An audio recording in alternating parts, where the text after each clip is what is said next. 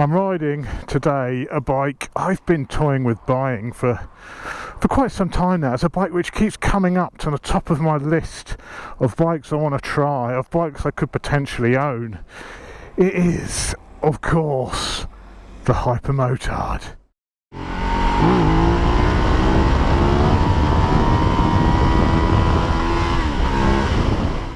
I love the supermotos, as you well know. This is, oh my word, it's got some pull. This is like a big boy's a big boy supermoto. It's got a gorgeous Telestrada. I think these are, my Italian pronunciation is actually disgraceful, but a Telestrada engine, a big V-twin thumper basically. It feels really nice to ride. You're sort of sat forward quite a lot, even more so than my 701, I think.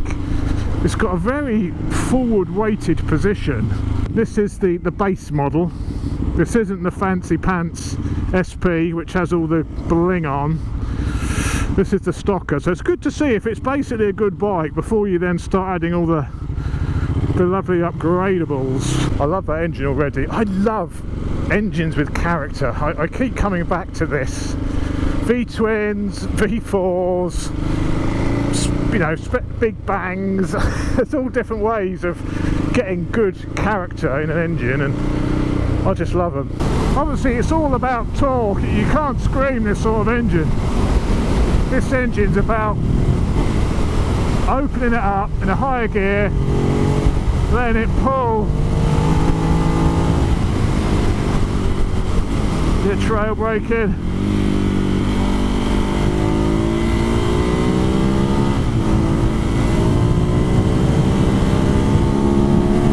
Be a bit careful, this bike's only got 75 miles on it. Those tyres are really not bedded in.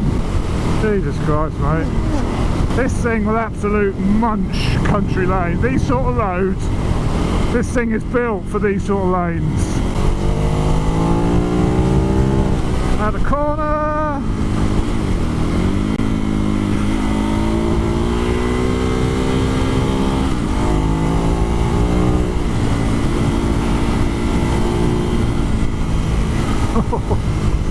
Oh, Mr. Van, you fun spoiler. The fueling is a bit snatchy when I'm in sport mode, admittedly, but I want to ride sporty, so I should be in sport mode. You'd have to put a power commander on it, because in the on and off throttle, that would get on your nerves.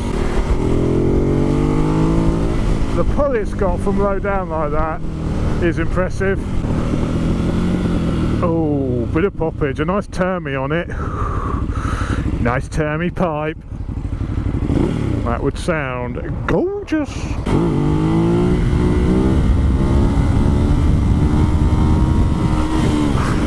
Into the bend. Now that's what I'm talking about. Bit of poppage of the front wheel.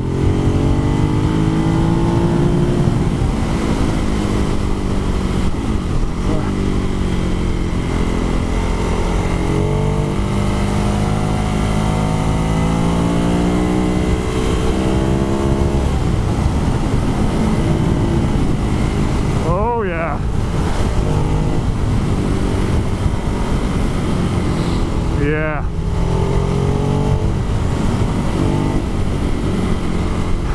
These sorts of roads, it really attacks them. This is just over 200 kilos wet, which really put me off. I would have test rode this before, but I thought that was way too much weight for this sort of bike.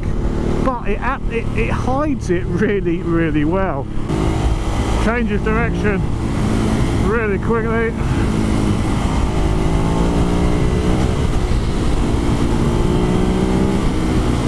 On a sports bike you'd have to really push to match the sort of corner speed you get on these sort of lanes. It's that pull it's got. When you first pull back the throttle, that initial jump of torque, it is really quite addictive. Ride the torque, baby, ride the torque. Bit of practice on the old wheelies and I think you could have some absolute stonkers going. Once you get it up, it sits up there really rather nicely. Ooh, I like it. Yes, I do. It may bring out your dark side. When I first got on this, I really liked it. That initial comfort, the initial punch you've got from the engine. Then I had a wave, but then I was a bit.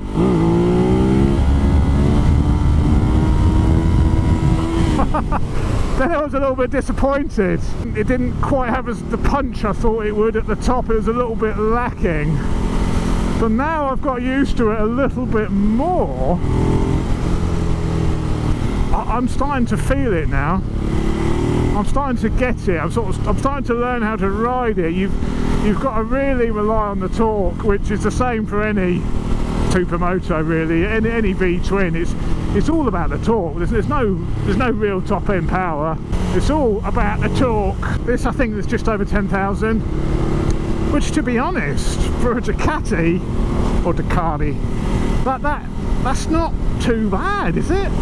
10 grand for a V-twin stonking performance Ducati.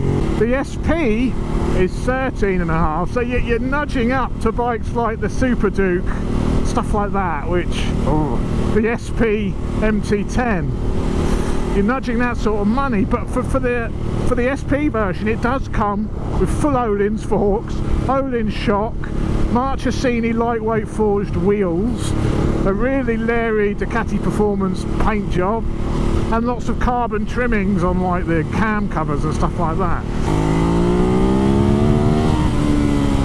Pipe, a remap, sort out the slightly snatchy throttle, and it could be an absolute stonker. Ooh, let's get off there and have a quick squiz. Quick squiz at her. Fucking mucky. You'll shit it up, aren't you? So here she is, the Hypermotard. It looks, I think it looks stunning. I love the look of it. Look at the oil cooler, man. If that doesn't need a cover, I don't know what does. Jesus. Single-sided swinging arm. Pious Exhaust, of course. You get a nice Termi exhaust on there. Tessastrata engine. There you go, told you my Italian was pants. This seat here is so nice where you're sat in this little indentation there. It's really, really comfy. Ducati. Oh, I can't imagine how good the Öhlins suspension would feel on some twisties. Try down, he says. Well, that initial snatchy throttle is a bit unsettling.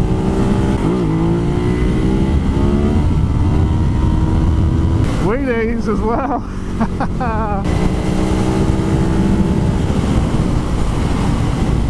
It's a corner predator. Oh, it's good. It's good. It may be a bit heavy, like I say, it's 200 kilos, but that weight is very well balanced.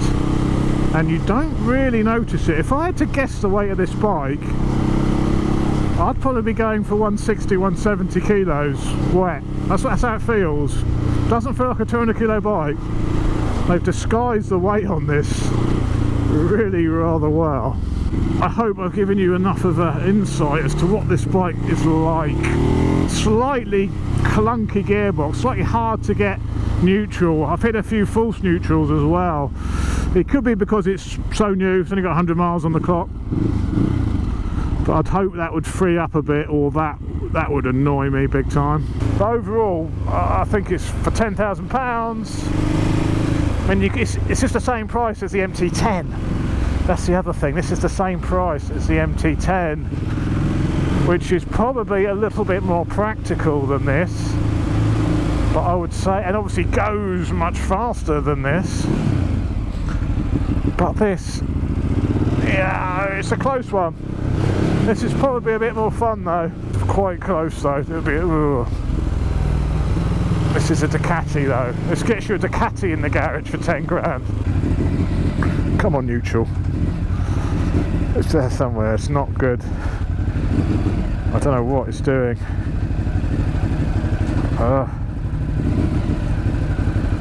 I'll give up.